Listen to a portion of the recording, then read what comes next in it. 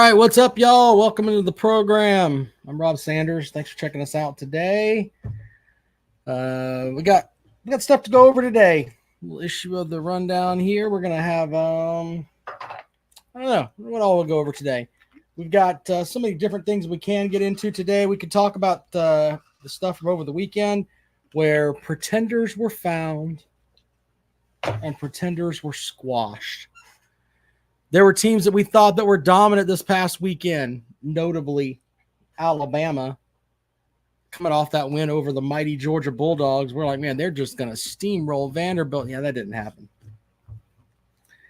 Also, you got to look at Vanderbilt different now. That's something else, too.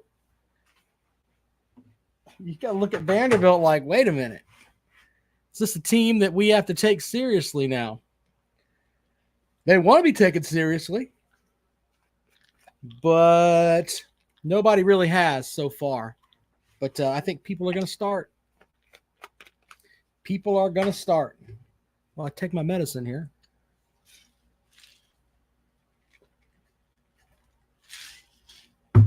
All right, let's get to it.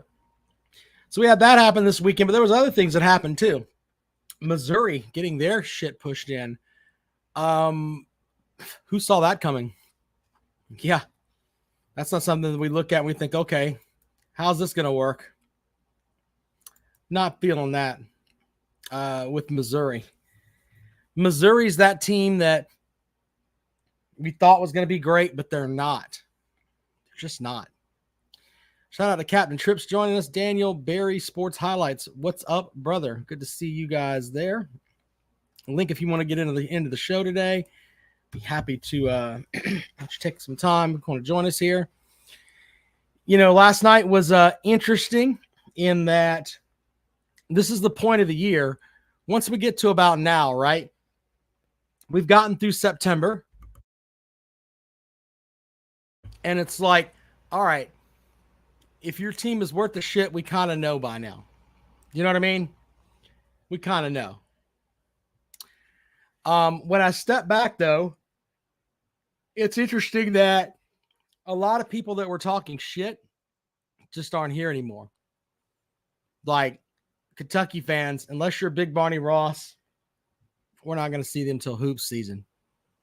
Yeah, they had that win over Ole Miss, but that South Carolina loss killed their season.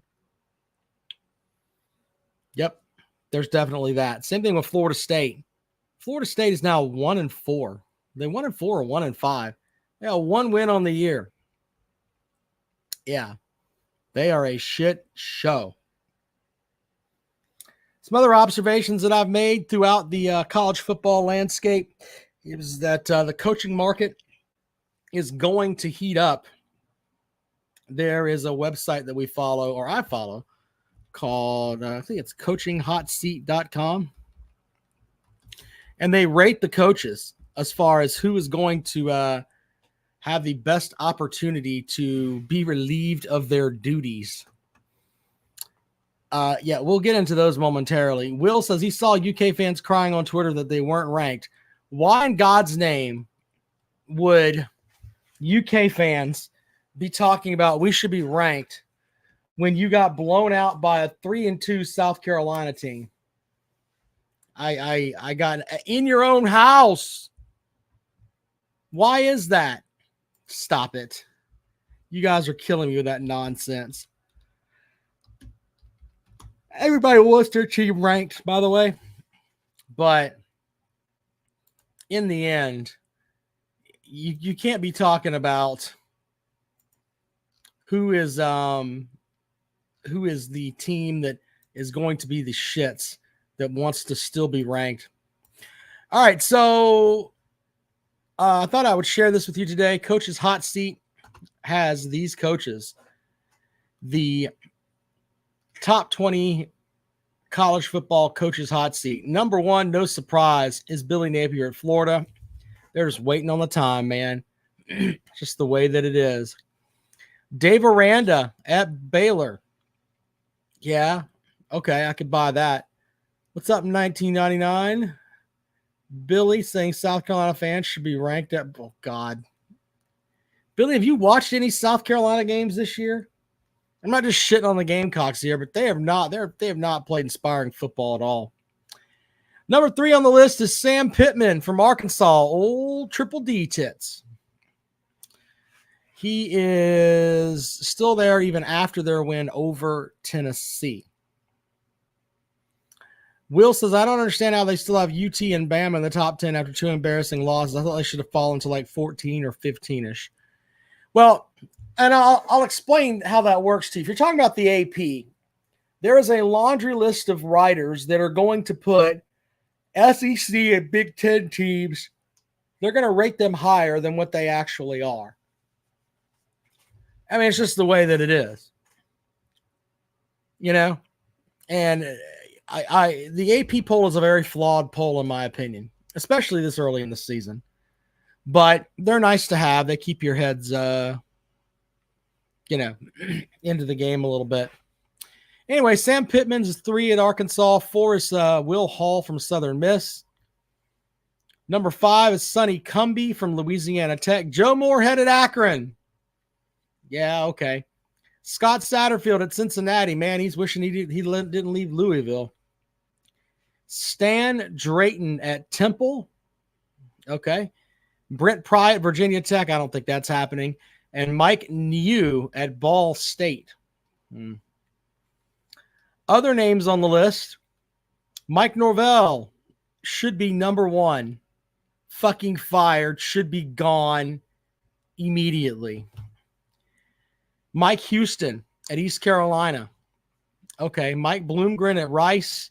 Hugh Freeze at Auburn. Mike McIntyre at Florida International.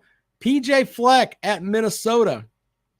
Butch Jones at Arkansas State. Trent Dilfer at UAB. Kenny Burns at Kent State. Jay Norvell at Colorado State. People are talking about, somebody said something over there. Yeah, Schultz just said it. So I think Beamer's just an average coach. Okay.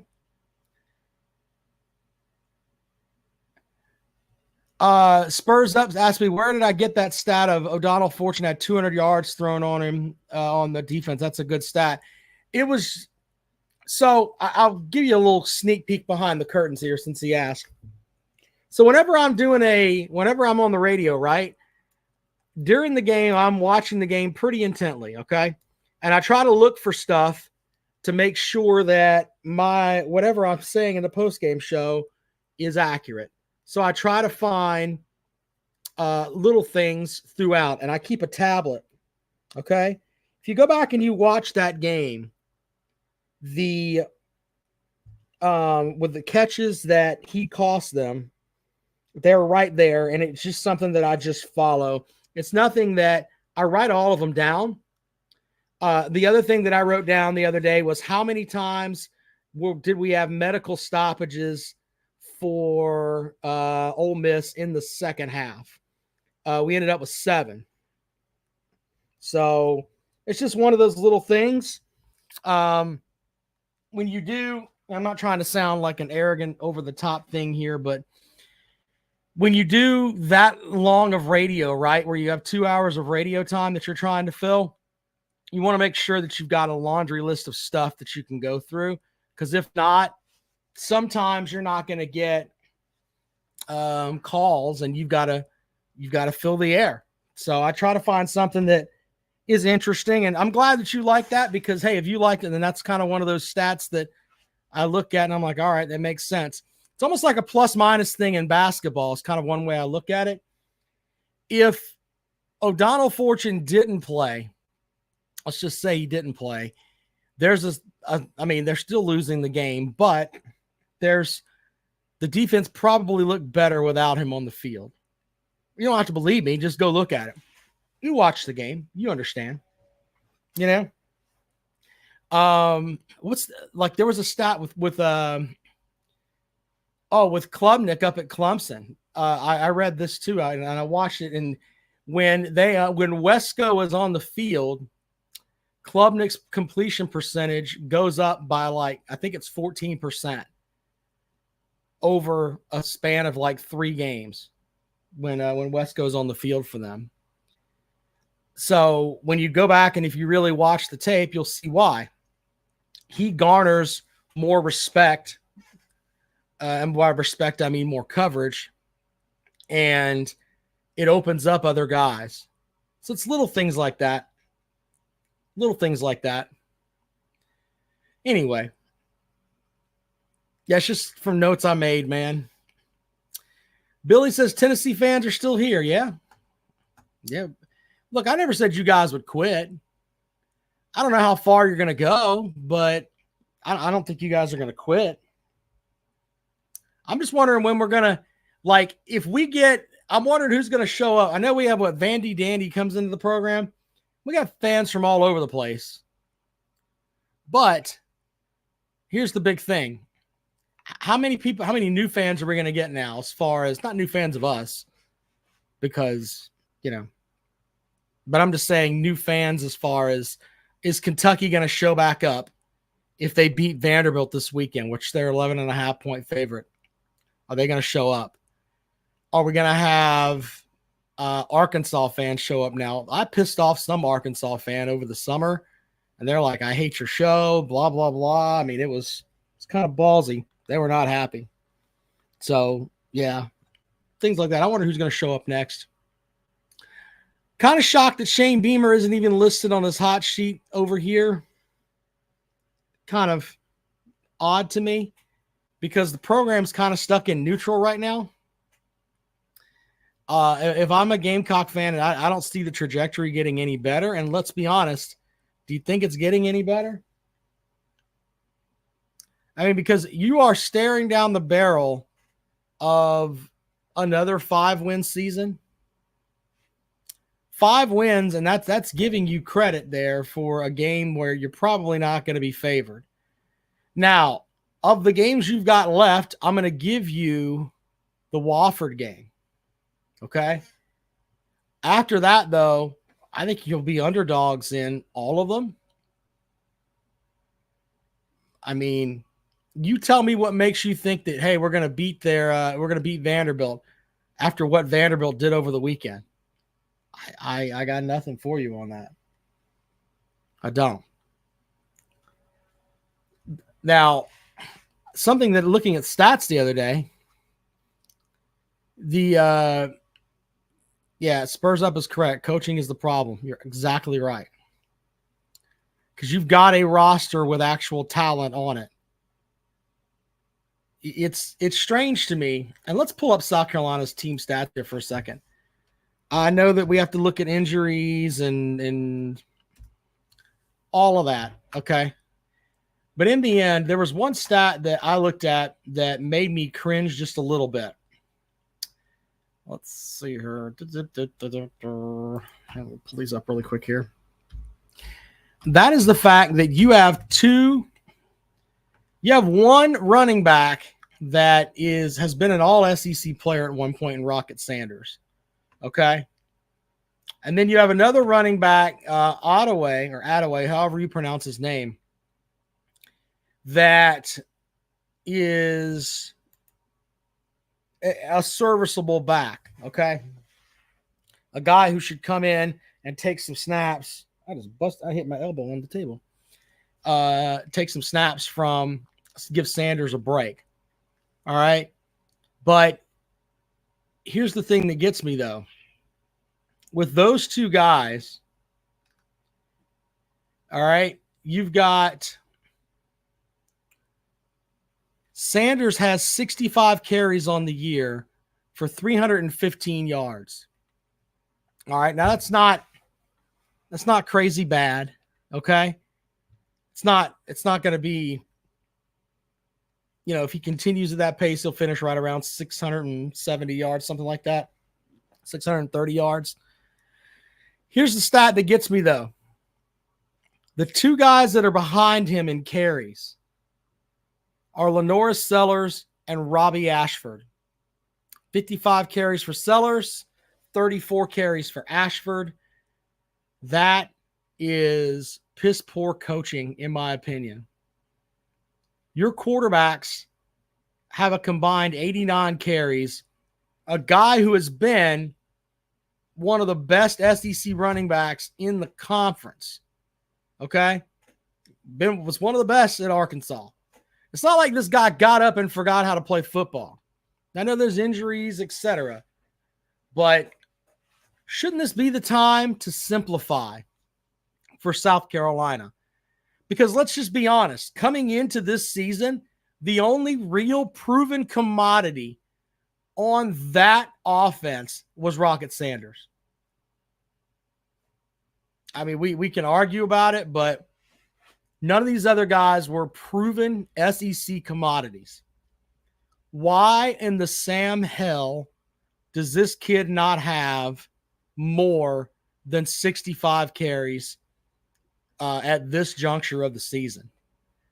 Why does Oscar Attaway have half the carries that Lenoris Seller has? Why is that? Why are you putting your quarterback, your QB1, the guy that you picked to lead your program on the offensive side of the ball? Why is he getting extra hits in addition to the normal hits that he's taking anyway? Why is that? I use Clemson as an example. Trevor Lawrence could run the ball, but Trevor Lawrence didn't run the ball 55 times over 4 games. Just didn't happen. Even Watson, to an extent, didn't do that. And he was more of a running quarterback anyway. There is definitely a coaching problem with South Carolina. And it comes back down to this. Steve Tannehill was tweeting about it the other night. If you don't believe me, go and listen to the mullet, Steve Tannehill.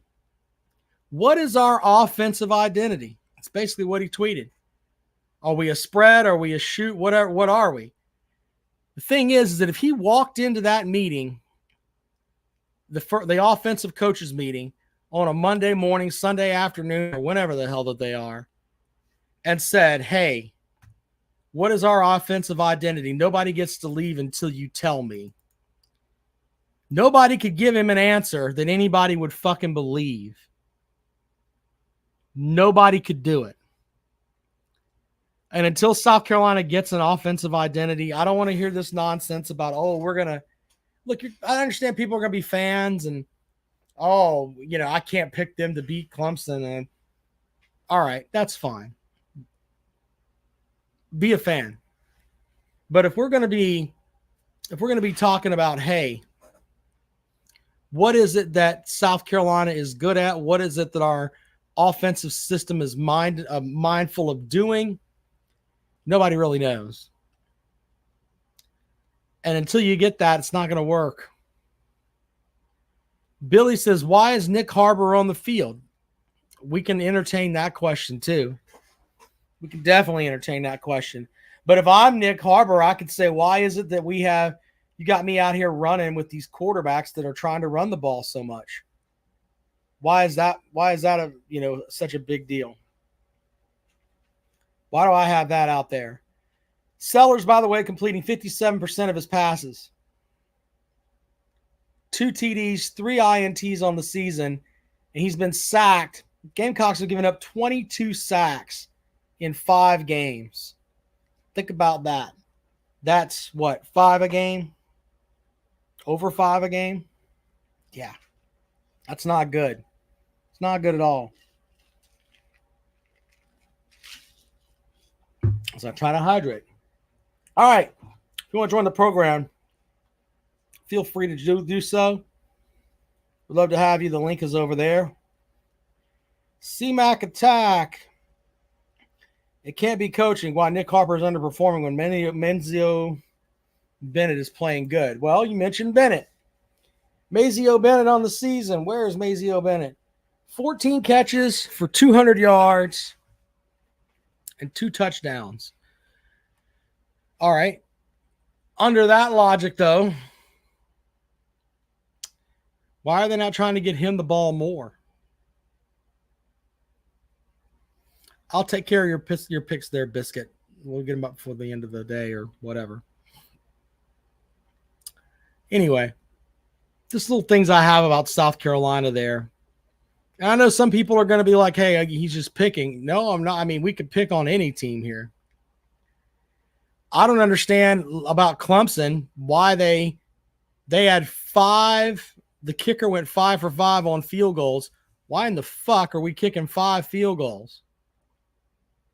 Why in the fuck are we getting into field goal range 5 different times and we get 5 field goals? I mean, that's a fair statement. At Florida State, a team that has just given up. So, yeah, there's things to pick on there. Klubnik has played a lot better. I'm not going to get into this realm where I think he's the, some people. What was it? Bill Connolly from ESPN has him in his top 10 for the Heisman. You out of your fucking mind? Did you watch the Georgia game? Apparently not. Apparently not. Schvinn says, I sent Kirby a book, How to Win Against Bama. I guess he didn't read it. Anyway. Clemson is back into the top 10. They are. But it's a very fluid situation. If we look at the Clemson schedule, by the way, the whole adage of Clemson doesn't play anyone can definitely be put up today. Florida State was supposed to be their tough game of the year. Now I'm looking at it. Pittsburgh, they're 5-0. That looks like the toughest game of the year. Louisville's shown they can be beat. Well, look, and Schultz says Clemson plays nobody, and that's fine. I'm not going to sit here and defend their schedule. There's a lot of things they can't control, like what their conference schedule is. They can't control the non-con part of their schedule, though. And I've said forever, they shouldn't play South Carolina. It doesn't bring anything to them, but no one wants to hear that. The other 3 games, Georgia, who was number 1 in the country at the time, App State, who was thought to be one of the G5 darlings, and the Citadel. So Clemson's schedule out of conference was not bad. Not bad. So there's that. Clemson's on a collision course with Miami, who I think is fraudulent. Definitely fraudulent. It just seems like they're just trying to hold on. You know what I mean?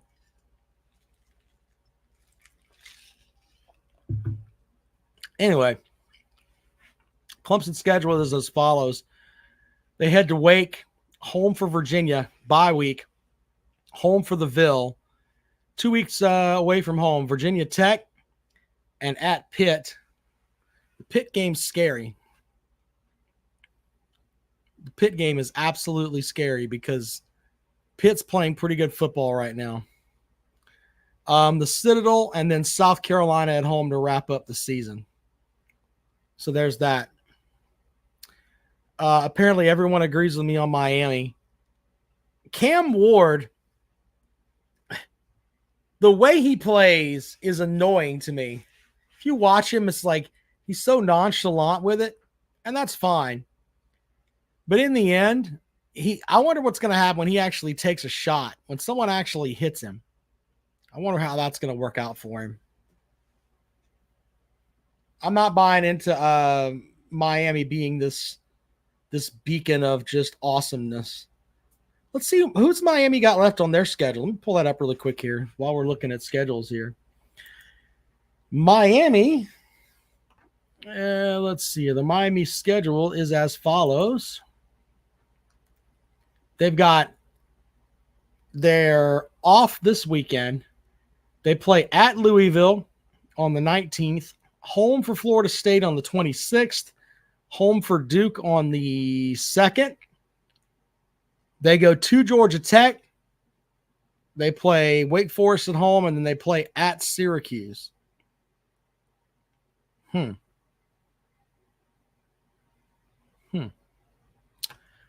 Jackpot disagreeing with me. Say what you want. They've shown a lot of guts coming back the last 2 weeks. Anyone else would have folded up like a lawn chair, including Clemson. You know what, sir? I would buy that from you, but in reality, Clemson got their dicks handed to them at the beginning of the season, and they could have quit, but they came back, and they've been just stomping everybody's ass. So that comment really doesn't make any sense. And I'm not going to sit here and try to think that Miami's good. I know that Gamecock fans are like, oh, I hope Miami's good. Maybe they can hand Clemson a loss, keep them out of the playoff. You need to find somebody else. Let me give you some help. Go with Pittsburgh. Pittsburgh. Yes, they have a viable coach. Narduzzi's a better coach than Cristobal. Take that and put that in your pipe and smoke it. How's that working out for you? Syracuse is playing pretty good football too. They seem like they're just kind of laying in wait there. We'll see. Oh, here we go. Clemson wouldn't win a game in October with South Carolina's schedule. You know what? South Carolina beats Ole Miss. We don't have a coach that kicks coolers. We would beat Ole Miss, and we would beat Oklahoma. I don't know if we could beat Alabama or not, but they'll beat those two.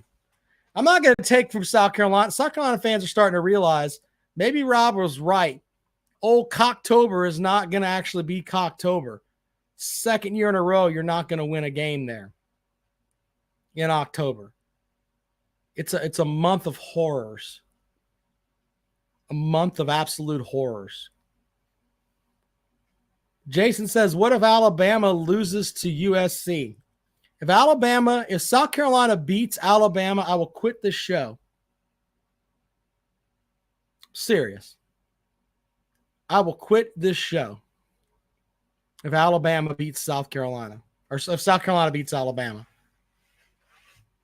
How's that? We did talk about Ole Miss's fake injuries. It was like they had, I kept track, it was eight supposed injuries in the second half that were clock stoppages. So, yeah, I mean, I don't know how to fix that. So, we shall see. Schultz says, remember when Clemson lost to Syracuse on Friday the 13th? Yeah, they won the national title that year. No, that hurts. People don't like hearing that shit. I don't like hearing it at all. People don't like me talking about Clemson either because, see, that goes against this whole ilk of we play in the SEC and the only place that gets national titles is the SEC. Blah, blah, blah, blah, blah, blah, blah. Oh, that was the year before. They went to the college football playoff that year, though. My years are mixed up. But they went to the college football playoff that year. Yep, they did do that. You want to see Paul Feinbaum shake? Just mention Clemson. He looks like he's Michael J. Fox. Just running around with his head shaking. Needs like a 12-pound lead hat to hold his head right. I get my years mixed up, Jackpot. Don't get upset with me. I get my years mixed up. How do you all remember that? Well, Jackpot wants to be a Clemson fan because he's been a South Carolina fan his entire life, and they have continuously kicked him in the nuts. And it's closer. He could probably hear Death Valley from his house, and he has to listen to cheers over and over and over again. And when he's up there, he has to look and be like, wow, they have 3 national titles. My school will never get it. My school will never have 3 national titles in football. I can go and watch one, 20 minutes from my house. I can go and see one there, but I support a shit team that's in the ghetto. Poor Jackpot. Y'all wonder why Jackpot's so upset in his live streams. That's why. Never's a long time. You'll never have 3 national championships as long as I'm alive in football. Never happened. Schultz says they cheated to get those titles. Sir, you can argue the NCAA recognizes them as champions. That doesn't help your argument at all. I know the next, here's what the Gamecock fans are going to type next. Osterine, Danny Ford, blah, blah, blah. None of that fucking matters. They're still the national title. Still the national champion. So go fuck yourself with a cactus. It's basically what it boils down to on that. Sorry. You'll never have that. You'll be lucky to go to the fucking, we talk about the Pop-Tart Bowl. You'll be lucky to go to the Birmingham Bowl this year. The NCAA doesn't want to shut down the good programs. I mean, they just gave Michigan some suspensions. There's that. Rob has an SEC bias joins us. What's up? Hey, how you doing today, bud? Good. I'm still over here licking my wounds from Saturday, man. Tough ball game. Just a tough ball game. I'm looking up SEC bowl tie-ins. What is it? Belk Bowl. I think we got Gasparilla Bowl. What's the shittiest bowl in the conference? That's what I'm It's looking at got to right be now. it's got to be Duke's Mayo. I think it's gonna be your Duke's Mayo. Cause I mean we made that with what a 6-win season. Let's see here. This is from 2022. Maybe we'll get lucky in Well, this is from the SEC conference here, but all right. So, yeah, these are the bowls. You have the Texas Bowl. These are the pool of 6 bowls. Okay, so these are the first 6 after you know, the I guess college football playoff, etc. Yeah. You're not going to finish as you know this high, but the Texas Bowl, the Las Vegas Bowl, the Music City Bowl, the Gator Bowl, the Liberty Bowl, and the ReliaQuest Bowl against a Big Ten or ACC team. So we don't even get the Those are Dukes. once those are out, then there's 2 other bowl games that you have a chance to go to, and that is the Birmingham Bowl against an American Conference team, and then you've got the Gasparilla Bowl. Well, the Gamecocks have a rich history of losing the Birmingham Bowl to absolutely fucking nobodies. Well, yeah, do you remember what I mean? I was at the UConn game. Well, I thought Jackpot went to that game. Well, I I may have don't know been if he wrong on did. that. I do know it was fucking It the wasn't it. Papa John's It was the Bowl at the Papa time. John's Bowl, and if I remember correctly, they ran out of pizza at the Before Papa half. John's Bowl. Before And it halftime, was wasn't it cold and rainy and all it that was. shit there too? I Yeah. think it was a record cold day for the area. I don't think they've seen cold like that in like the last 60 years. So it all just came together for just an absolute shitty loss to UConn, just to put the cherry on top. I guess UConn Yeah. was a little bit more used to playing in that way. I don't even think that UConn team had anybody. I mean, that Gamecocks team had Eric Norwood. I think they had what, Darian Stewart maybe was there. That was actually a decent Um Gamecocks team, to be fair. I mean, their record didn't what you show it, won but what, 6 games that year? So what was yeah, it? Birmingham Bowl. Let's it's Papa John's Bowl, right? Is what it was yeah, it was the called? Papa John's Bowl out in Papa John's Bowl for South Carolina. Legion Field, I think they call it. Yeah, it was at Legion Field, which is where they have like the first SEC championship games, if I remember correctly. Oh, and that South stadium Carolina. was broke down, and that was what, 2008. I can only imagine what it looks like now. Okay. Yeah, the Papa John's Bowl, and according to Wikipedia, January 2nd, 2010, South Carolina. Your leader passing was Steven Garcia, 16 for 38, 129 yards and a touchdown. He also led the team in rushing, 15 carries for 56 yards. I'm sorry, he had 129 yards and an interception. He did not have a touchdown. Receiving yards was DL Moore, 1 catch for 38 yards. South Carolina was held to 205 total yards. The defense theoretically played well. They held them to 253 yards. Did that UConn team actually have anybody worth a shit or anybody I'm who looking at it plays? right now. Let's see here. The box score. I'm trying to see if there's anybody on this UConn team. I'll start reading names. Quarterback was Zach Frazier. Running backs were Andre Dixon, Jordan Todman, Kashif Moore. These motherfuckers work at a grease monkey now. We lost to a bunch of mechanics. Lost to a bunch of guys that are now working at Papa John's. Marcus Easley, Isaiah Moore. And see here, this Gamecock team. Look who's on this Gamecock team. It was a good team, I'm telling you. It was a good team. It's a good team. Listen to some of these Gamecocks. I mean, Moore led the team with the most yards at 38. Alshon Jeffrey was on that team. Kenny Miles was on that team. Torrey Gurley was on that team. He was good. He was a CFL legend. I don't know if you knew that or not. He's a Canadian Football League legend.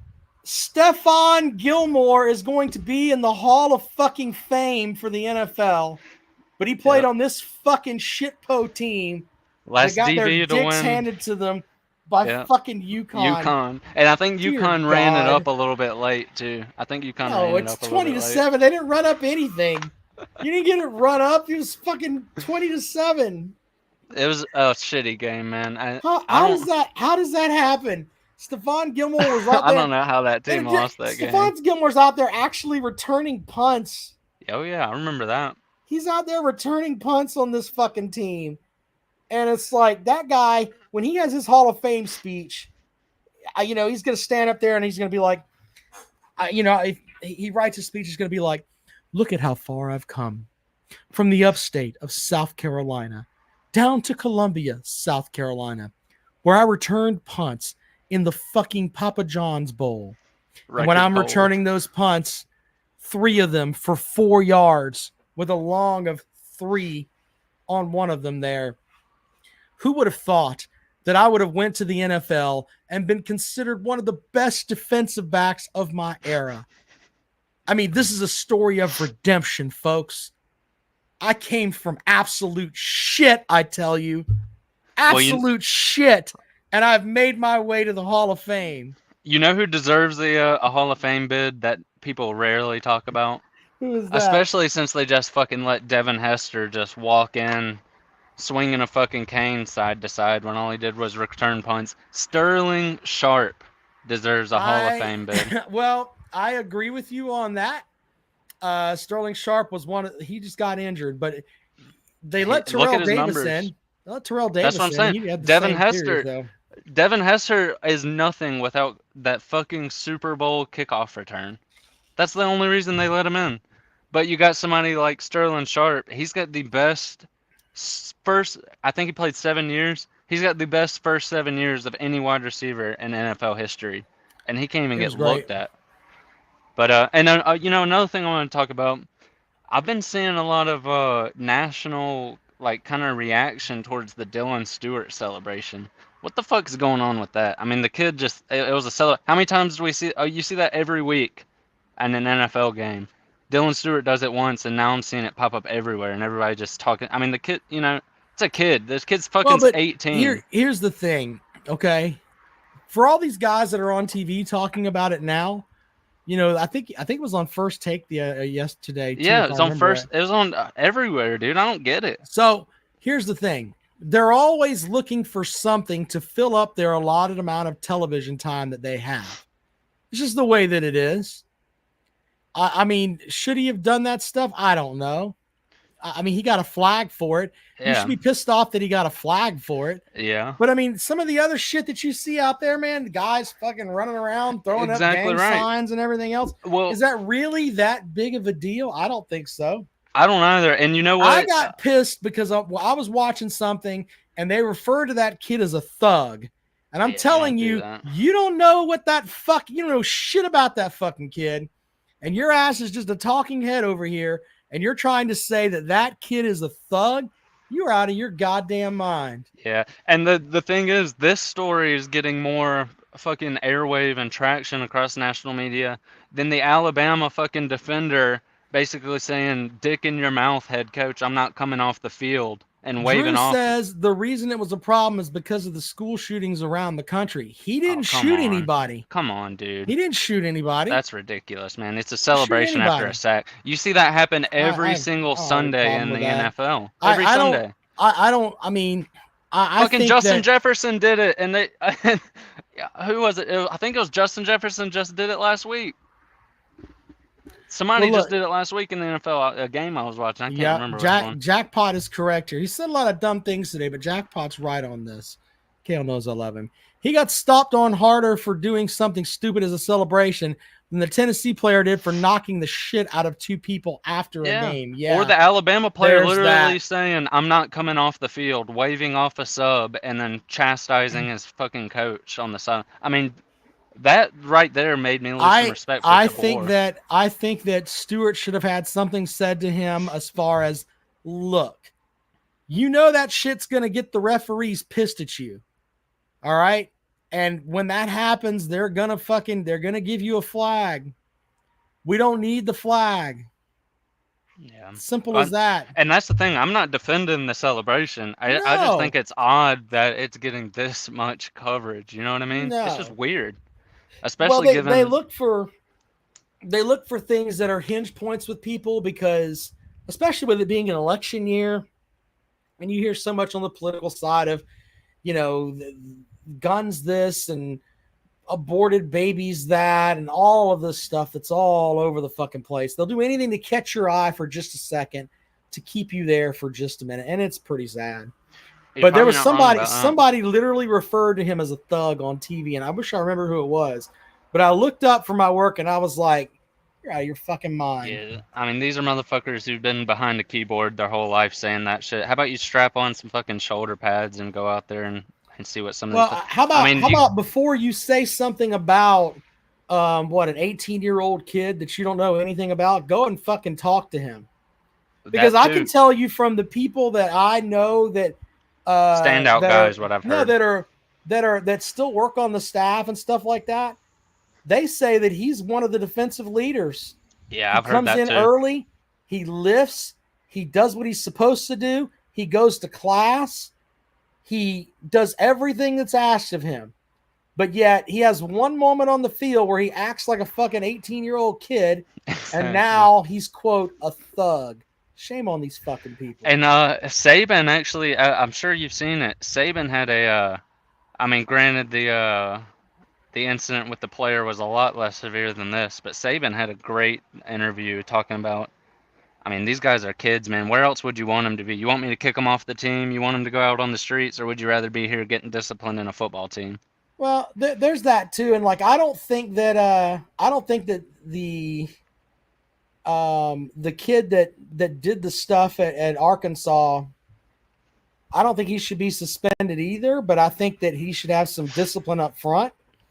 I think that nobody should be on the field. That's not where you're supposed to Yeah, the be. Tennessee guy. Yeah, I don't think he should be suspended. It's Listen, if stupid. anything, I mean, I wouldn't be upset if maybe they brought a civil case against him, but criminal, I don't think he did anything really criminal, you know? Well, I think that that's not the message that I would want for my program that I've got where, 6'5", 300-pound defensive linemen are throwing around, you know, smaller dudes and having them.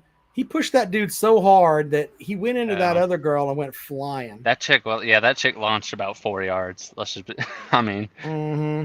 but So while we're speaking about that, did you hear what came out of the Patriots today? I hope another loss. I don't like the Oh Patriots. God, no. Even, well, might as well have been lost. Jabril Peppers Oh yeah, he got arrested. arrested right over the weekend or whatever. He arrested for aggravated battery, strangulation, and possession of cocaine. What the fuck was he getting into? Wayne says Burton slapped a female, and some idiots are saying Big O's actions were worse. When did that Um, happen? when did that happen? He pushed him. I didn't even see Burton I didn't slap see him anybody. slap him. Are they talking about the He's talking Alabama about one? yeah, he's talking about the I thought they were talking Alabama one. about Luther for a Well, second. no, well, see, here's the thing. Tennessee fans, that's what they're gonna go with. Um, Well, you know, you pulled the receipts last week, and holy shit, I pulled Rob, the receipts listen, last night. you So pulled them. And I honestly didn't even realize they were that upset. I remember the Alabama thing happening, but brother, I didn't. they were bitching at me about what would you do if it were your daughter. My daughter knows don't go on the fucking field because it's against the law. That's what we teach Yeah. our kids in our house. You don't go where it's against the fucking law, you fucking dumb Listen, hillbillies. I will say this. I think it's more egregious, LeGarrette Blunt sucker punching that Boise State linebacker than it was the Tennessee push. To be fair, I don't Yeah. think it's as big of a deal. But Biscuit like says, well, let me educate Biscuit here because what maybe do you he say? doesn't know. She only meets at the paw. Yes, that is a sanctioned thing. The athletics department encourages it. It's not against the law to do it. They Yeah. tell you wait, and then you come on the field after the opposing team leaves and the fucking goalposts come to the ground. Unless you're Dear God. South Carolina, in which case Fucking can't. then the visiting team stays on the field and you celebrate. So for any other team, I agree with Rob. It's But for just South, fucking. Yeah, I just don't understand. Like, I have this whole concept of if the police are telling you you're not supposed to be there, then don't fucking go. It's common sense. Now, I don't think he should have put his hands on her, and we've talked about that before. But on the other hand, it's still it's a pile of shit, is what it boils down to. Well, I I just don't got know. through. I bought my tickets to see the best football team in Tennessee coming up on November 9th. It's actually a little bit more than I thought I was gonna have to pay. I'm sorry. What But now? I bought my tickets to go see the best football team in Tennessee when the Gamecocks go to Vanderbilt on November 9th. So Okay. so they were actually a little bit more than I You, thought they were gonna be. They you were you about. should take Jackpot with you. Oh, he's got his hands full this Saturday, man. Of all the games there, here we go. You got, I don't know if I don't think Jackpot's talking to me. No, who is he talking to? He says, "Do you got some kind of problem with me, motherfucker? Hit me up in my damn Twitter box. I'd like to meet I and think slap the shit out of you. I've had I about think enough of your shit." I think he's Oh, talking damn about it. Wayne. He might be talking about Wayne. He called. Oh, shit. Okay. Listen, Carolina Jackpot will meet up with you and have an adult conversation, Wayne. You better relax with all that. All right, he's tested. This man has been in I, I don't know how many fights over that. He's had so many adult conversations with people Well, online. Jackpot said, "I just got rid of that loser." So whoever it was, they're gone. I swear, I That's think it the was funny Wayne. part. Like sometimes if somebody gets booted or whatever, I've not. I think I banned one person because they said something about it was some. I don't remember what it was. It had something to do with my children. All right, and I banned one person in the entire existence of this show. People with the wrenches ban people, and you guys do a good job of siphoning out the idiots. Jackpot has some days where on his live stream he's just blocking Dude, motherfuckers. it's like everybody just comes out of the fucking woodshed to He's come at just KO for blocking some motherfuckers reason. like bah, bah. Well, guess what? You're gone. Bye. I don't know And why you're people blocked. hate him so Bye. much. Well, there's Because some people who come on here with like 30 different accounts just because they know they're already gonna get banned, so they just yeah. go to different accounts. But yeah, best football team in Tennessee. It should be exciting to see. The tickets were a little bit more than I thought. They were about $50 each. I thought I was gonna Now look at this pay guy. So 15 per. Wayne comes here, right? And then there's Wayne's there. And then Wayne comes back with another one. I That's why he told put you. me in timeout. I This told you. motherfucker has two fucking accounts right there within fucking 5 comments of each other. I told you, There's man. They do Wayne's this. comment 1 and Wayne's comment 2. God damn. I told you, man. And look at And this. hey, He even wrote, and plenty more. I swear Wayne, he's a Tennessee fan. Yeah, he's a Tennessee He's fan. got to be a Tennessee fan. You, sir, are a jizz mop. you are the mop that they have at a fucking Jack Shack in he's a fucking fluffer. Las Vegas. He's a fluffer. The mop that fucking handles those things. Yeah, he's a Holy post shit, dude. he's a post scene fluffer. You know, once they turn the cameras off, go to the next scene, they need somebody in between. He's the fluffer, you know. Jackpot, who has time to sit around and make up multiple YouTube accounts to troll with? Must be out of work. Yeah. By the way, I have something I want to say here too. I didn't get a chance to say it last night. There were people in the comment section of the live stream that were making comments about Jackpot taking money up to send to the hurricane victims, implying something that stop begging for money for you or whatever. Yeah, Listen to me, you cunts. That's not fucking happening on any goddamn level. I don't understand why people would say that shit. Stop trying to hinder my friend Jackpot there. I hope that you get the crabs and your arms are so short you can't scratch. Did Wayne just say that he watches somebody jerk off into socks and put them on? No, he says my address. Did he? I don't think he spelled address wrong. Is on the intranet is. And Rob, you look like the kind of guy that jacks off in his socks and then wears them. Okay, I don't know what the fuck that means. No, and to be fair, I have a like, wife that I fuck, dude. I don't have to jerk off into a sock. He's got sons. Which, by the way, when you taking your fucking son to the Golden Gate? Damn it. Well, that's the thing. When he turns 21 and That's he when it finishes was. his program at high school, then he's going to we're going to take him to the Golden Gate Bridge. Don't know.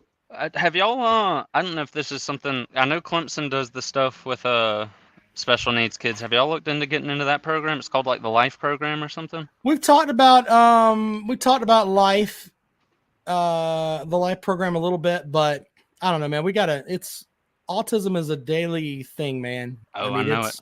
Well, I'll it's say they something you take got to deal great with every day. with all the Clemson hate I give. I will say from my time there, I did notice they take great care of their special Mm. needs students, and I don't think a lot of colleges actually have a special needs program.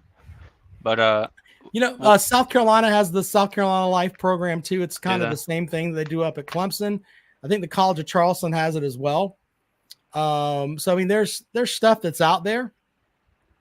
I think that it's great that they do stuff like that.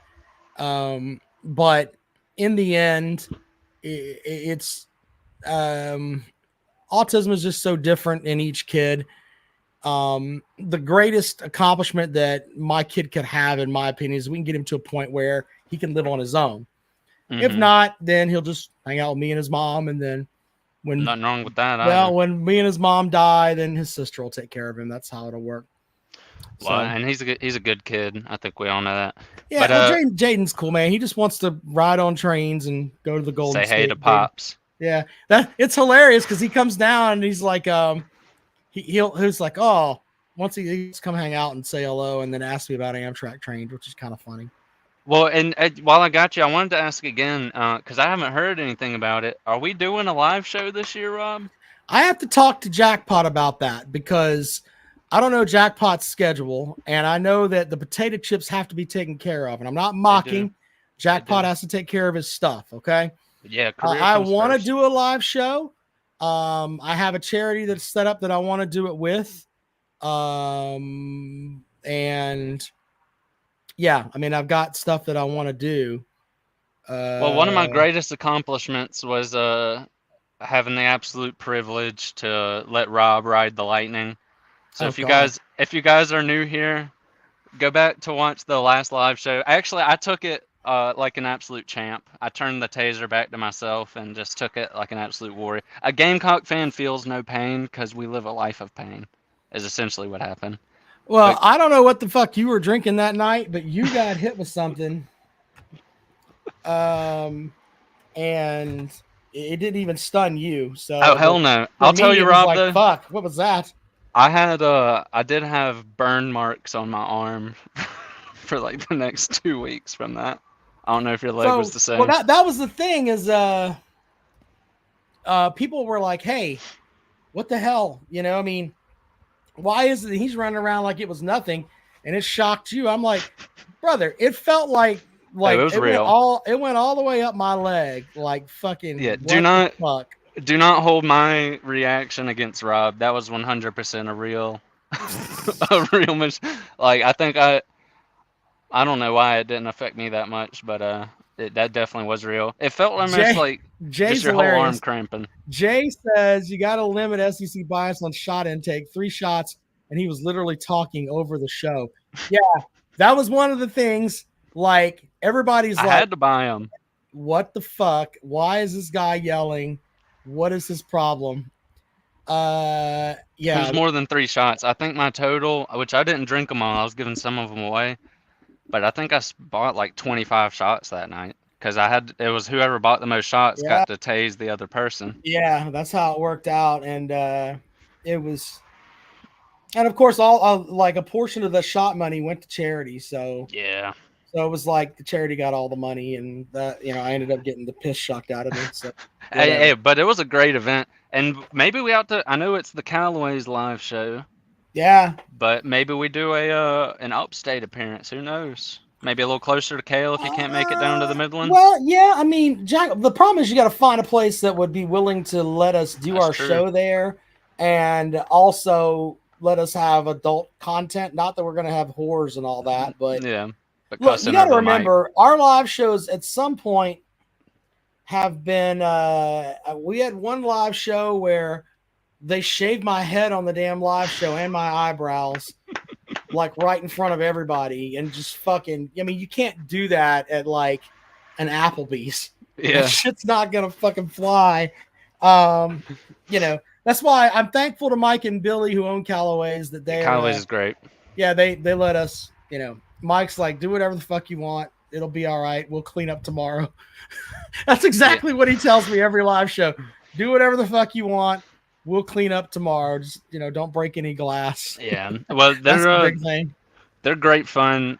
Hopefully, we'll be able to get one together. It's just good getting out, meeting all the people behind the damn names on I YouTube. I will I gotta talk with Jackpot about that.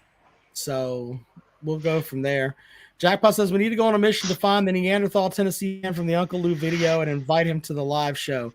Jackpot's wanting me to fight somebody because I would have that guy triggered in fucking 8 seconds. I was just We about to would say, we would you're gonna piss them play off. we would play the Tennessee song from Stephen Lynch, which if you haven't found that yet, go and find it.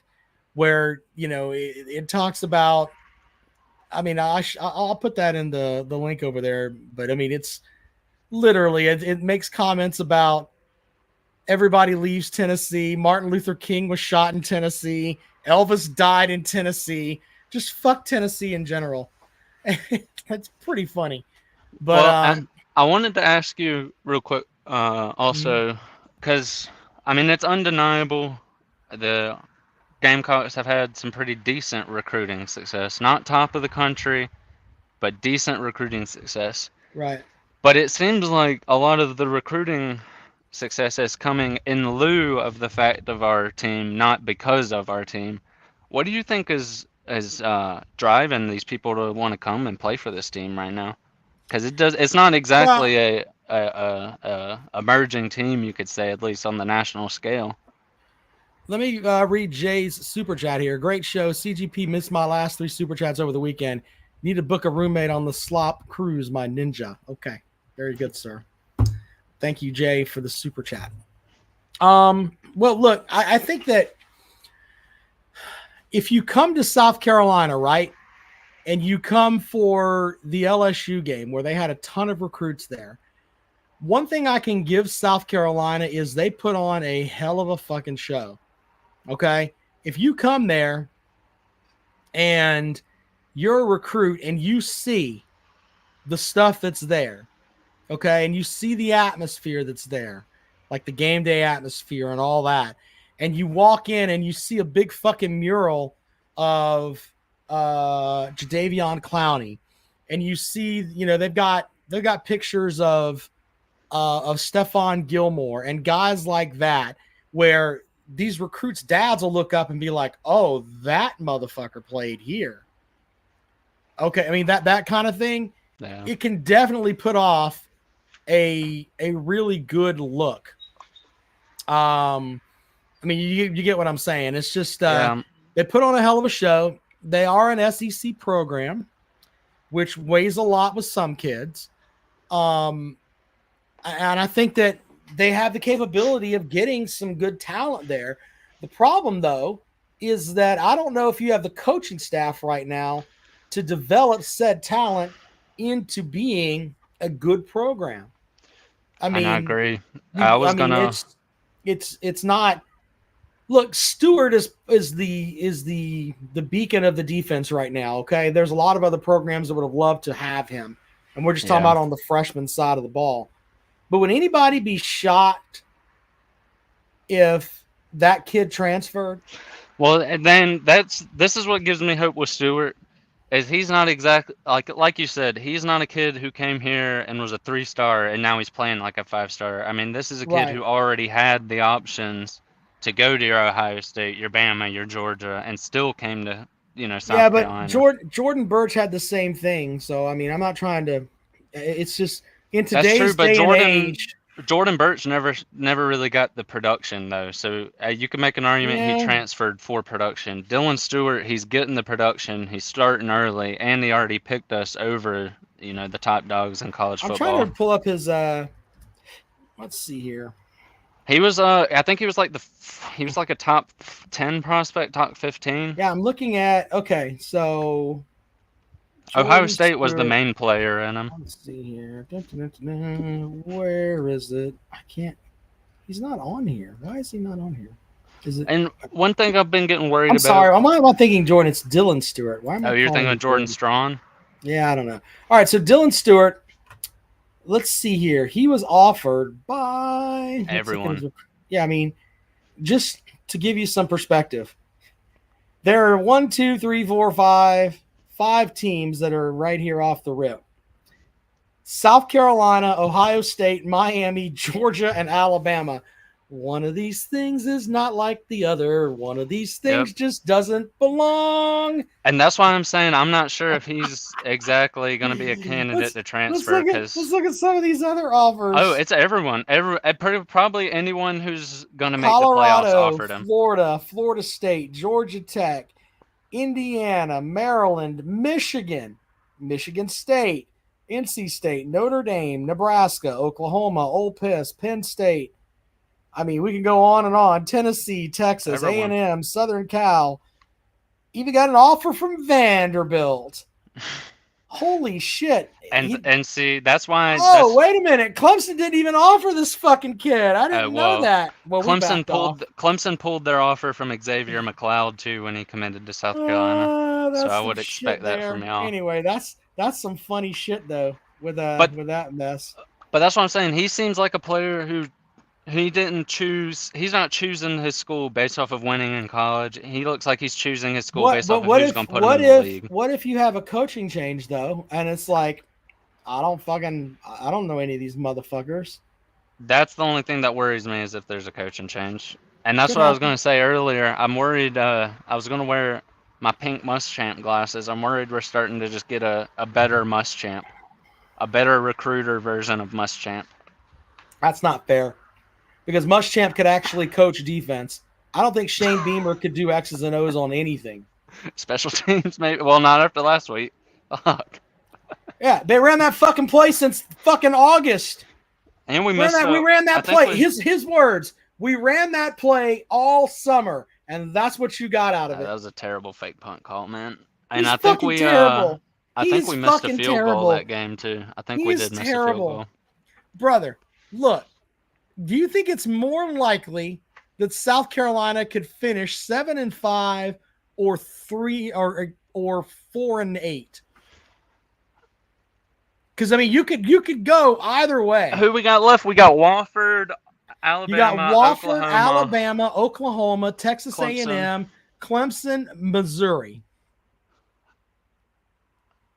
I think it's probably in the middle. I don't think we go either. I think we're probably. I'm just saying, what do you think is more likely? More likely. If I told you were going to have one or the other, you could go 7-5, or you're going to go 4-8. I think more likely. More likely, you got to say 4-8. You got to go 4-8. You got to go. Your offense is the shits. But you know what, Rob? And I'm gonna just be real with you for a second, Rob. Yeah, sure. You know what I'm worried about? What? I'm worried if we fire Beamer, who's to say the guy we hire, just based off of history alone, isn't going to be a worse coach and a worse recruiter than Beamer? At least Beamer can do one of the fucking two. How many coaches have we had who couldn't do either? But Muschamp could coach, man. But he couldn't. Come on, man. He could not put a good team together, though. He could get individuals who are great, but he couldn't put a team together. I mean, that if you want to go down that road, I think that's fair. But in my opinion, I think that and I never thought I would say this. I think Muschamp is a better coach than Beamer. Well, do you agree with my point, though? I mean, which point? Which one are you talking about? Granted, we're an SEC school. Yeah. But I don't think there's any guarantee that if we fire Beamer, we're going to get someone who, A, is a better coach, and B, can recruit at the same level. I mean, that's no guarantee at all with this school. They don't pay out their head coaches. They don't pay them premium. You know, we're not going to go out and get the best guy in the market. Mm. And that's just the fact of the matter of being a Gamecock fan. I mean, they'll invest in the facilities, which is great, but if you don't got a fucking captain to lead the program. I hear all that from you, but I'm looking at Clark Lee, who has supposedly the worst Vanderbilt team of our generation, we were told, and he just handed Alabama their ass with a bunch with a fucking kid from New Mexico as his quarterback. Clark Lee, which by the way, you reckon Clark Lee's is going to be there at the end of the year, or you think he pulls the old James Well, Franklin? no, he's a He's got. Vanderbilt alum. He's not Is leaving. he? Yeah, he Oh, went to I didn't know that. Vanderbilt. Yeah, How much are they paying him? it's a private school, so we don't know, but I'm sure he's going to get a raise. Yeah, no kidding That about motherfucker's that. going to get a. It's their first AP top 5 win, Ever? like ever. They were Wow. 0-60, and now they're 1-60. Wrap your head around that for a second. I don't think I can We were handle zero a and Vanderbilt. 60. I don't think I can handle a Vanderbilt resurgence They before the never. What do you mean Gamecocks. resurgence? They've been the shits Not re- forever. I mean, as far as like climbing the tiers. I don't mean as far as reaching a level they've been to before. Oh well, I mean, you're talking about back to the raping days of James Franklin. You don't want that. God, I'm more so talking about. I don't think I can handle it from the standpoint of we allowed Vanderbilt to progress further than South Carolina in the span of 1 year of a Look, new head coach. you want to know what would get Shane Beamer some leeway with, in my opinion, win this game, win the game against Oklahoma. Okay, which I know is a reach, but let's say you win that game, and then you beat Wofford and you beat Mizzou. I still think we can Because beat you haven't. Oklahoma. Well, I'm just saying, if you win Yeah. those 3 games, all right, that puts you at what, 6 wins, and then you're gonna go to a bowl game, and then he needs to fucking dead dick recruit. I mean, he's got to recruit like his dick is on fire. That's the way he's got to go. And get yourself. Let's just be honest. Either get a great quarterback We coach need a in here. quarterback. Yeah, we need a quarterback. Go and get a quarterback. We There are need a quarterback quarterbacks so that are bad. out there. I mean, go and get a guy. And that's one of the other things that kind of gives me pause on recruiting, or not on recruiting, but pause on as far as getting rid of Beamer this year. Is I'm not sure any head coach is going to win with this quarterback we got. I mean, from what I've seen, he hasn't had a game where he goes out and lights it up with his arm. Every pass he makes, he's pulling these receivers out of stride. He gets through one read, Well, but tucks it. here's the thing too, He's and the most sacked no quarterback. one wants to hear this too. But I mean, I'll say it because a lot of Gamecock fans don't want to say it. There aren't very many wide receivers that want to come here either now. Why would you want to come here with a quarterback that fucking isn't going to throw you the ball? Well, to be Or fair if to he that point, does, it's Rob, going to throw you out of sync and everything else. to be fair Why to would that you want to do point, that? we have the number 1 wide receiver class in this year's draft. You can look that up. We have Number 1 wide receiver class in what? As in far as this year's recruiting class. for the transfer portal or for No, the high actual schools. recruiting? Yeah, high schooling.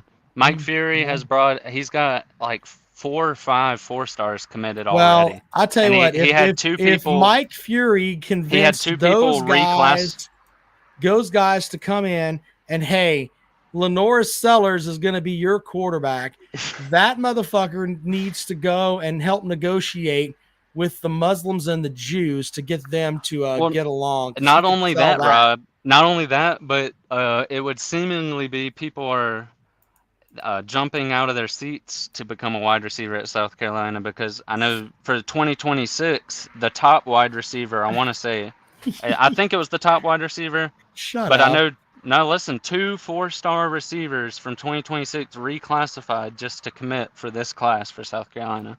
2 4-stars. I think one of them was the top wide receiver in the class. Hey, you want to know the funniest thing I've seen on the internet in the past couple of days? Was what's the Alabama kid Williams? Ryan Williams, yeah. Ryan Williams. Ryan Williams became the youngest player ever to lose to Vanderbilt. Holy, listen, I laughed so hard at that. He became the youngest player ever to lose to Vanderbilt. Fuck out of here. There's been some in this past year's class. These freshmen wide receiver are tearing it up like I've never seen from freshmen. I mean, you got him, you got Jeremiah Smith out at Ohio State. Yep. Arguably the best of them, Mazio Bennett in South Carolina. Oh, God. But no, in all actuality, I mean, the level of production you're seeing, I think that kid from Clemson's not doing half bad too, isn't he? Is he having a good year? Well, you know, I'm not sold on the Clemson offense, so we'll see. But I'm not getting my hopes up. Well, I'm serious. I don't blame you. I mean, to be fair, I would like to see Clemson do it against a team that's worth a shit. I mean, y'all blown out some really shitty teams, well, as you should have done. I mean, but it's hard to draw anything like you said from those games. I mean, if you So take our win versus Akron, you'd think we might have the best offense in the country. Big Barney Ross says South Carolina could upset Alabama. Okay, Big Barney Ross. Big Barney Ross, by the way, is has bourbon reviews. You should go and check those out on our page here. But yeah, They Big are Barney Ross is funny Big as Barney shit. Ross's bourbon reviews are outstanding. Um, yeah, that's But not all good. Kentucky's such a weird team, man. I mean, what do you make of them this year? They go out, they lose some terrible games, but their Yeah, two hardest games of their schedule, damn near, I mean, you wouldn't be able to tell they weren't right up there ranked with them. You know what I mean? I don't know. It's I mean, weird. I'm sure Big Barney Ross has a legit thing he could come up with and tell us what the problem is with Kentucky. I don't know what it is. I mean, I they're mean, like, they're one of those teams. They could beat anybody in the country, it seems, but they could also go out and lose to fucking Temple, God knows who, Georgia Southern. It's just a weird, really weird program. That's kind of how they remind me a whole lot of Will Muschamp's South Carolina Gamecocks, if I'm being honest. A team that could go out and beat yeah. Georgia on the road at 2019 and still only win like 4 games that year or 3 games Billy that year. says Kentucky will upset someone else. Stand by, and they'll still finish 7-5. Yeah. Which how long is Kentucky? Does Kentucky ever want to level up? Is the question. How long are they going to stay with the human baked potato? Because I think What are you with talking about? He's probably their best coach ever. that's what I was just about. Well, that's what I'm saying. But he's never going to get you to where you want I to mean, go. it's pretty much Bear Bryant coach there, and then it's the baked potato. How And long has he been Bear there? Bryant fucking left.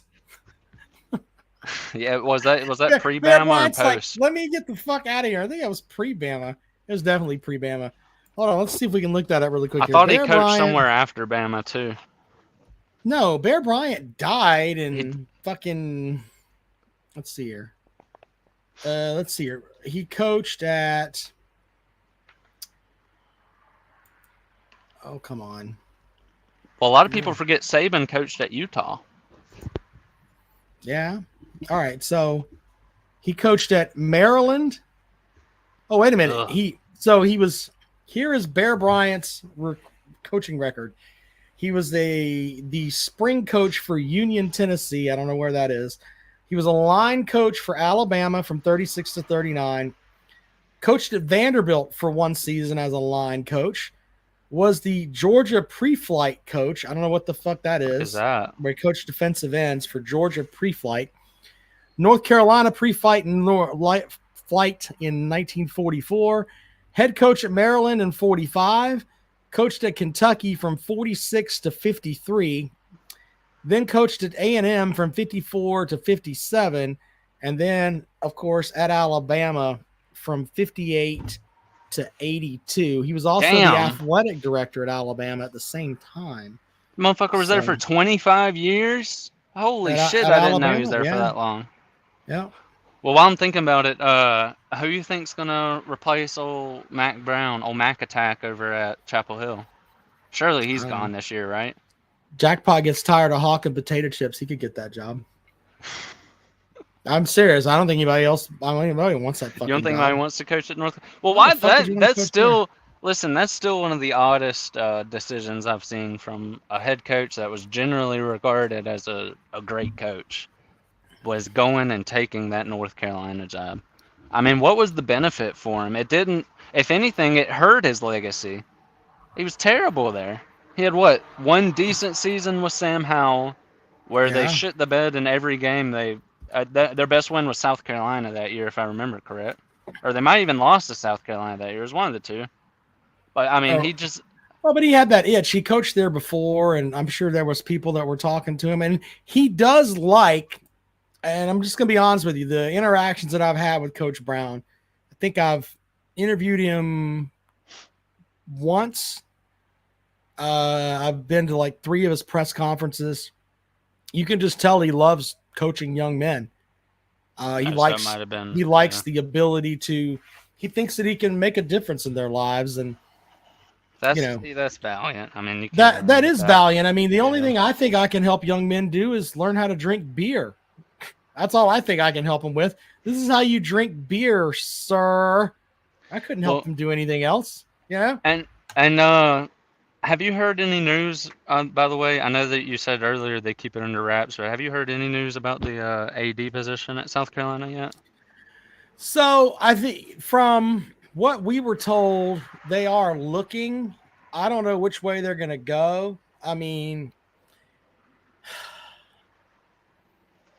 I wonder if, you Human know, I've heard some people talk about different things like, I think they want to keep Dawn Staley happy, not but just because she's a great coach, but because of the impact that she has on social fronts, etc. And I think if they hire somebody that Dawn Staley doesn't like, that could come back and bite them. So I think they kind of need her approval. As far as everybody else goes, they can all shit in the wind. They're not going to be there over time. Well, and that couldn't have come for a worse time at Beamer, because I mean, let's just be honest. Ray Tanner hated to admit when he was wrong, and he would keep these fucking coaches as long as he could until you couldn't keep them. I mean, he kept Muschamp too. You couldn't I'm keep telling Muschamp. Let's you, be and real. people can get mad at me for this. You are spinning your tires right now if you retain Shane Beamer after this season. If they go 4-8, And if the they thing. go 4-8, you are doing nothing but spinning tires. You are content with your program being a fucking shithole if you keep him here. If they go 4-8, And listen, I don't simple as that. disagree with you. I just don't also have confidence in the school to be able to replace him with someone that can take us to that It's next not. It's level. not that hard, brother. It's Well, not you that got to hard to spend fire. money. They don't want to spend Who money on gives a a fuck? coach. They're gonna fire that motherfucker. You've got money coming in on top of money. You're an SEC Well, program. we had money going on top of money when we hired Beamer for $2 million a year. We picked him because he was the cheapest option. Well, if that's the case, then you don't care about football, and I don't want to hear shit when they're talking about if you're a booster and they come to you with, Oh, "Hey, I don't pay money into that. we need to Hell no, I don't pay money into that. Jordan, who's on here, says he's a booster. I'm sure he gets that literature because I get the literature, where it's like, hey, we need boosters to help better Billy Bryce and to make things better at blah blah blah. I don't want to hear that shit. The only thing I would want to hear from you is that the only thing you care about is making sure our basketball programs are good. Yeah. I'll listen to that. But as far as football, I don't give a fuck Well, about and that's the football. thing, Rob. Right now seems like a key time in the South Carolina football history where we're actually in the upper echelon of football facilities. We're in the upper echelon of stadiums, of weight rooms, practice facilities, NIL, which Yeah, and generally hasn't been the case at South how did Carolina. that happen?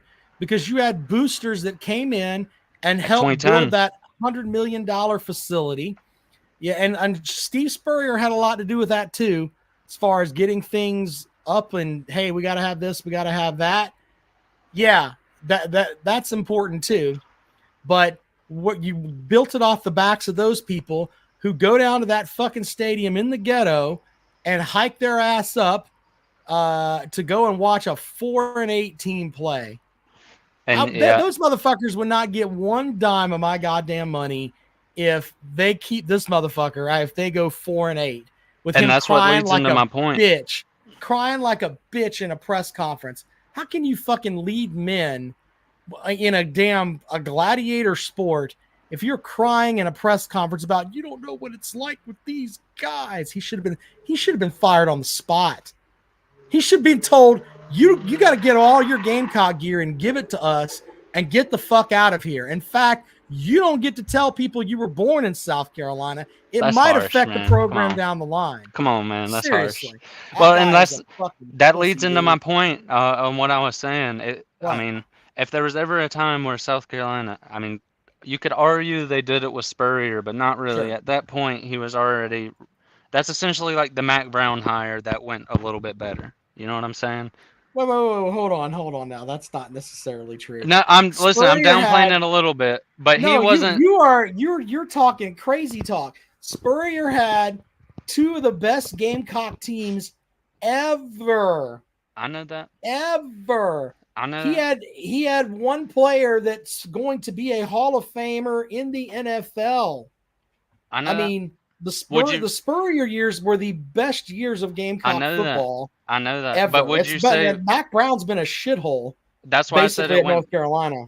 That's what I'm saying. I'm saying it was the Mac Brown hire in the terms of getting a previously successful coach. That actually worked out. It didn't work out with Mac Brown, obviously. It worked out with us. But South Carolina has never gone out and gotten the top guy. We almost did it with Kirby, but we've never gone out and gotten the top guy in the coaching carousel.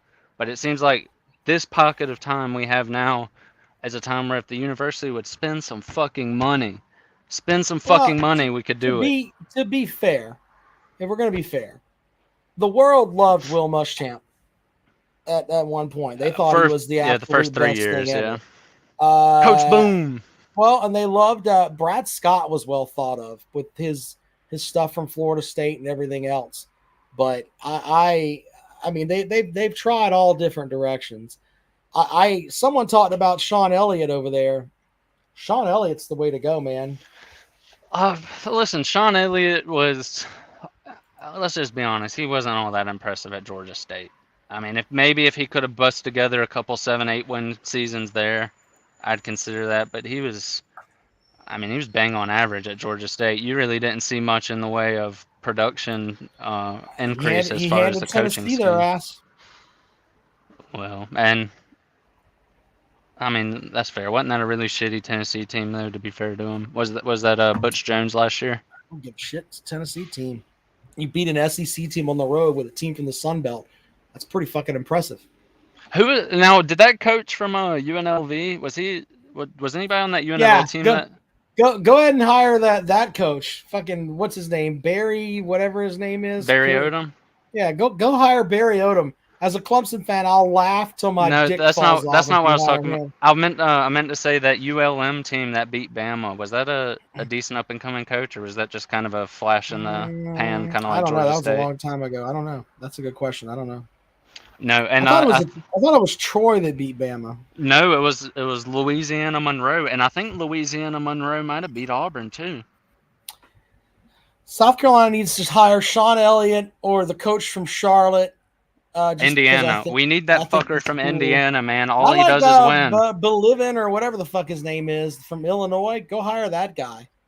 He knows what the SEC is, and that's who I would go after. Why the not Indiana head coach, Rob? He is the next up. The guy, all he does is win, Rob. All he does is win. Look him up. He'll tell you. Look him up. Is that who you want as the next Indiana head coach? Listen, if it came out in a press, go look him up, Rob. He's 139-30 career. Go look him up. I'm serious. All he does is win. Where did he coach at before Indiana? Oh fuck if I know. Probably JUCO. Hold on, let's see. Probably JUCO. Look it up. I'm looking it up right now. Indiana head football. My fucking search engine's like, did you mean Iowa football coach? That's what my. It's like Indiana. He's like 139-30. His name is Kurt Signetti. Oh, here's an interesting thing. How much do you think Signetti is getting paid? It can't be much. It's got to be like $2 million. $3.5 million. I wonder how much Shane Beamer's getting paid. He gets like $5 now. He gets like $5. Is that what he's getting? Because he started out at like $2.5. Yeah, when they hired him, he was bare minimum, but they gave him that extension. Shane Beamer's salary as of right now is you guys are paying $6.125 million to possibly go 4-8. Yeah, but hey, where did that guy coach? Do you have it pulled up? I'm looking it up right now. Let's see here. What is his name? It says his name is Kirk. Man, can you imagine these hillbillies trying to pronounce this name? Coach Signetti. Can you imagine Jackpot cussing him out when he's pissed off and drunk and whatever? This motherfucker, sick fucking Nettie, sick a Nettie, sick a titty. Call him the Marlboro sick Man. Titty. Coach Sig, the Marlboro Man. Jackpot would lose his shit. But he played quarterback at some point. Let's see here, head coaching career. All he does is win, Rob. I'm telling you. He was a a graduate. He's old too. He's 63 years old. Mm-hmm. Yeah, he played at Pitt, or a graduate assistant at Pitt. Was a West Virginia quarterback. Coached at Rice as a quarterback's coach, Temple as a quarterback's coach, Pittsburgh as a quarterback's coach, NC State where he coached quarterbacks, tight ends, and it says RC. I don't know what that is. Recruiting coordinator. He coached at Alabama from 2007 to 2010, was their wide receiver and recruiting coordinator. IUP, I don't know what that is. It just says IUP. Anybody? Illinois, I don't know. I don't fucking know. Jackpot probably knows their fucking alumni. Was that his first head coaching job? That's his first head coaching job is at IUP. And I looked up his coaching record is one of the most absurd things. It's like that guy from Columbia, that legendary high school coach who just passed away a couple years ago. I can't remember his name. I don't know. Anyway, then he coached at Elon. He coached the Phoenix from 2017 to 2018. And then he was at James Madison until last year. And then now he has 1 year at Indiana. And it's the best start in Indiana for like the past 70 years. He's fucking 63 years old. He's older than Billy in the chat. Is he really? Fucking I don't know. Dude. Billy's 69, he said. How old's that? He's about the same age as that baseball coach we just hired. Yeah, well, but the baseball coach has won a national title. There's a difference there. 63 years old. And he's I don't even know. Like, I'm trying to see. Okay, I can click on this. IUP is. What college is that? IUP Crimson Hawks football. Indiana University of Pennsylvania. What the fuck is that? That's gotta be JUCO. The Indiana University of Pennsylvania. Their stadium is Miller Stadium. Capacity 6,500. I think my high school might have more. Yeah, that's the guy you want coaching your program. Hey, all he does is win, Rob. All he does is win. I don't give a fuck. All he does, look it up. That's all he does. 135 and 30. Would be better coach than he would. Don Staley. Oh God, listen. You know what my biggest nightmare would be, Rob? Is if she were your head coach, because she could do it. No. If she were our AD. If we pulled a Ray Tanner and hired her as our AD. No, she's not going to do that. I don't think she'd do it, but fucking A. Man, could you imagine the football hiring coming out of Don Staley's athletic directorship? She'd hire. You know what? I think that her politics are crazy, but I think that she would take that job seriously. And she would probably do well. They'll never hire her, but she would take it seriously. Yeah, and she would do everything she could to make it like great. But they're gonna hire some fucking suit that comes in and tries to raise money, and he'll have a fucking. It's not like he's gonna be like the old athletic directors where they had a feeling in their gut where they could go and they could see a coach and they would fucking think, all right, yeah, that she's not, they're not going to hire anybody like that. It's going to be somebody that will have searching committees that come out. Like Eddie Fogler told me one time that he was on like 2 committees for South Carolina to help them find basketball coaches. So, and he's like, yeah, there's like 4 or 5 of us that, we do some research and we call people that we know. Is that after Frank Martin? Mm-hmm. I know it was before Frank Martin. And he's like, they tell us, we tell them who they think they should hire. We give them 3 of them. And then the AD calls. He goes, essentially, they'll call the 3 of them. And then they go from there.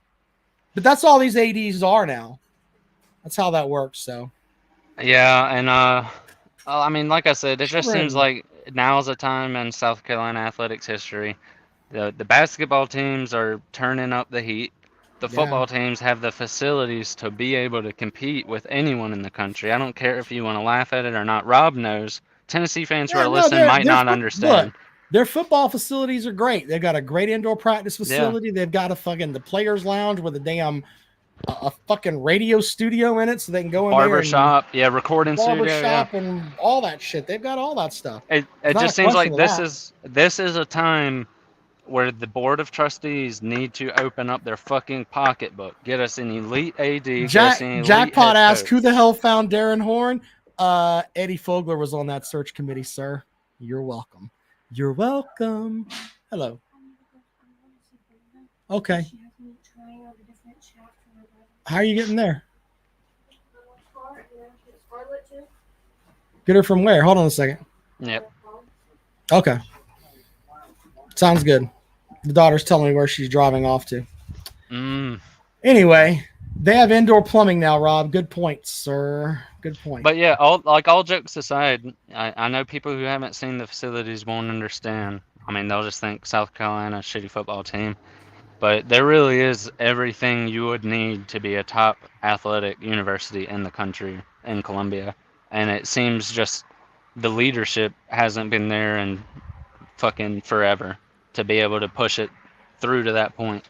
They can make good hires in sports that don't really necessarily matter a whole lot financially, such as women's basketball and basketball. But as far as getting the whole entire academic, or not academic, but athletic, just side of the university on par with what it should be given the level of resources they have, they just haven't been able to do it. And maybe that's the Gamecock curse, but I'd lean a little bit more towards, I don't think the board of trustees want to pay out the money. I think they want to skim right there at that line of maximum profit, where they're holding the carrot in front of our fucking face and then yanking the fucking stick right when we're about to hit 8 wins. That's exactly what's happening. And I don't know, and I have a sneaking suspicion, Rob, because I'm pretty sure South Carolina is a little different in Clemson in that all the decisions go through a board of trustees. And I know for a fact, at least half of them are Clemson graduates. I mean, who's to say they aren't just fucking hemming us up on the bureaucratic side of things when it comes to hiring, elite talent? Right. Which, if that's the case, man, I've got even more hate for Clemson. But I lean toward that'd be pretty fucking evil if that was the case. So I'm leaning towards that's not. But Yeah. I mean, it's just such a We'll see. bureaucracy up there. But I'll leave you with this. Appreciate you having a show. Horns down. All right, Nico, you ran for 4 yards out of bounds on a 4th and 5 crucial play. I mean, that's what $5 million a year gets you in college, though, I guess, Rob. But other than that, go Cox. Spurs up to my toes up. And I can't wait to storm Saban Field and go whoop us some Alabama ass. Go Cox. Woo! All right, there you go. Appreciate him being a part of the program today. Show's going longer than I thought. Dylan, what you got? How many games do you think Vanderbilt will wind up winning this year after they beat Alabama? Hold on, let me look. I have to look at the Vanderbilt schedule because now, I mean, a lot of it has to hinge on who can they keep their quarterback healthy. Because the way he plays just screams, I'm going to get a concussion. So I'm not mocking the kid. I'm just saying it's like, holy shit, young fella. He's taken on like he runs a lot and he doesn't run smart. Let's just leave it at that. But let me look here. Hold on. While we're looking at stuff here, we haven't even talked about that. The Vanderbilt schedule here. Vanderbilt. I know they have Kentucky this week. See, here's the thing. Vanderbilt, the rest of their schedule, they're probably going to be underdogs the whole way. So they're 3-2 right now. They've got Kentucky. They'll be favored in the Ball State game. Then they play number 1 Texas at home. You think that fucking Sarkisian doesn't have their fucking head lined up? Holy shit. Then they got Auburn on the road, South Carolina at home, LSU on the road, and Tennessee at home. So with that, I mean, they could win one more game. They could win. Let's say Auburn completely falls off the shithole here and they beat Auburn and South Carolina and they could win 6 games. And let's say they beat Kentucky too. Who knows? I'm not saying they will. I'm just saying I think 7 is the fucking the ceiling there, if they like, I mean, that's like everything goes right, you know. Yeah. But they could go 4-8. They could go. Hell, Ball State's really bad. There's no way they lose to Ball State, but they could go 4-8. I'll give them that. So 4 is the floor, and 7 is the ceiling. Big Barney Ross says they're going to make a bowl game and play Penn State. I don't know if that's happening, but we'll see. I was actually the one that texted you on Messenger and asked you if Vanderbilt was going to cover the spread. You did, and look, folks that send me messages, man, I try to message back everybody, but especially on game days, it's hard for me because I'm doing the radio show. And no, I done it like a couple of days before the game. Okay, well, sometimes I just don't answer messages, man. I mean, it's nothing against you or anybody else. I just fucking sometimes I don't answer messages, but no, I think that Vanderbilt is the best story of college football right now. Yeah. Bow hunting with a dumb comment. Can y'all imagine what Vanderbilt would do to Clemson? It would be a beatdown. Clemson would win that game by 17 points. Sorry if that hurts your feelings. Right now, Vanderbilt is a 13.5-point favorite underdog against Kentucky. Yeah. Let's see here. What was Bo also says Nico definitely should have thrown a 50-50 ball. Yeah. Throw the damn ball. There's no time on the clock. Throw it in the end zone as hard as you can at somebody and hope it bounces or something. But this shit running out of bounds, you look like as Jackpot calls him, a bitch-made bitch. I mean, shit, you're just going to run out of bounds? What the fuck are you doing? Throw the ball in the end zone. Whatever, man. That was the worst fucking thing ever. How many teams lost in the top 10 on Saturday? 5, I think they should. 5 of the top 11 fell in the top 25 on Saturday. And by the way, this week's games, there are, let's see here. For this week, just in top 25 games, you've got number 1 versus 18. Penn State's playing at Southern Cal. That's not going to be a fucking easy shot for them. Cal is playing at Pitt. Cal could win that game. Let's see here. What was the other one? Florida's at Tennessee. I still think Tennessee beats them. Oh, you got number 2 and number 3 playing, so another top 5 team is going to fall this week as Ohio State plays at Oregon. Number 9 is playing at number 13, Ole Miss at LSU. And then you've got, Iowa State, West Virginia, Kansas State, Colorado. Yeah, there you go. By the way, sneaky little thing here to look at. 11 o'clock on Saturday night. Not very many people are going to care, but Boise State is on the road at Hawaii. Boise State making the trek out there. A lot of times that might be a game you might want to bet, but don't bet for Boise State to lose, but bet Hawaii to cover. The line's at like 21.5 right now. One year I bet all the Hawaii games. See you later, bow hunting. I bet all the Hawaii games at home, and they covered like, I think 6 out of 8 or something like that. Basketball is even worse. The midweek game for Hawaii in basketball, whoever it is they're playing, Cal Poly, doesn't fucking matter. Always bet Hawaii in the midweek game because just the travel is too absurd. They've got to fly out to Hawaii and then, adjust to that time change, then get out there. They always play like shit. Teams win, but they do not cover out there. Hawaii is one of the best bets when it comes, especially to basketball. But football is like, there's one of my bets. I think they're going to, Hawaii will cover the 21.5 with Boise State. So write that down. Do you think, right now, if you look at the Heisman, the Boise State running back is leading the Heisman? Yeah, his name is Genty. He's 95 carries, 1,031 yards, and 16 touchdowns. That's pretty good through fucking 5 games. He had 6 touchdowns in week 1. Yeah. He's pretty good. Yeah. Pretty good. All right, man. What else you got?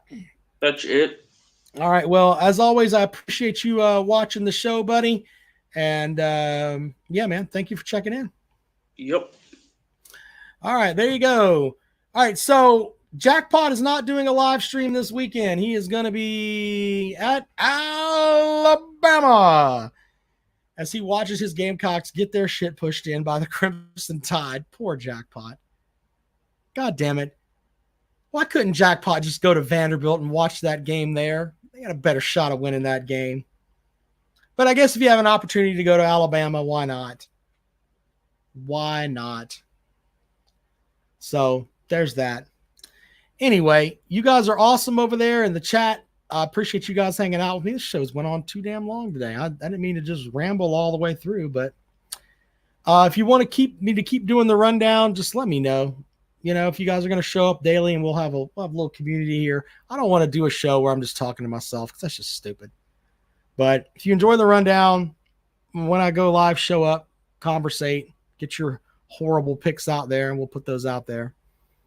Either way, appreciate you guys. We shall see you later on.